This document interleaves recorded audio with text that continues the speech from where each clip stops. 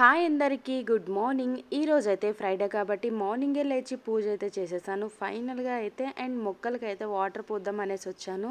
అస్సలు waste water, ఎందుకంటే night అంతా ఫుల్ అయితే వర్షం పడింది. ఇలానే గులాబీ మొక్కకి గుత్తులు గుత్తులుగా పువ్వులు పూయాలంటే ఏం చేయాలో మీకు తెలుసా? చిన్న టిప్ అయితే చెప్తానండి. ఫస్ట్ అయితే వాటికి ఫుల్గా వాటర్ అయితే పోయాలండి. తర్వాత అయితే మనం ఇంట్లో నాన్ వెజ్ వండుకుంటాం కదా, ఫస్ట్ కడిగిన వాటర్ అయితే పోయండి. చికెన్ లేకపోతే మటన్, ఫిష్ ఏదైనా కూడా వాటర్ ఫుల్గా పోస్తే మొక్కకు అనేది పూలు చాలా అంటే చాలా బాగా వస్తాయి. ఇంకా అలానే తులసమ్మ కూడా గుబురుగా పెరగాలంటే ఇగోండి ఈ పైన వచ్చేటివన్నీ కూడా కట్ చేసేస్తూ ఉండాలి వచ్చేటప్పుడల్లా. అలా అయితే చాలా గుబురుగా అయితే వస్తుందండి.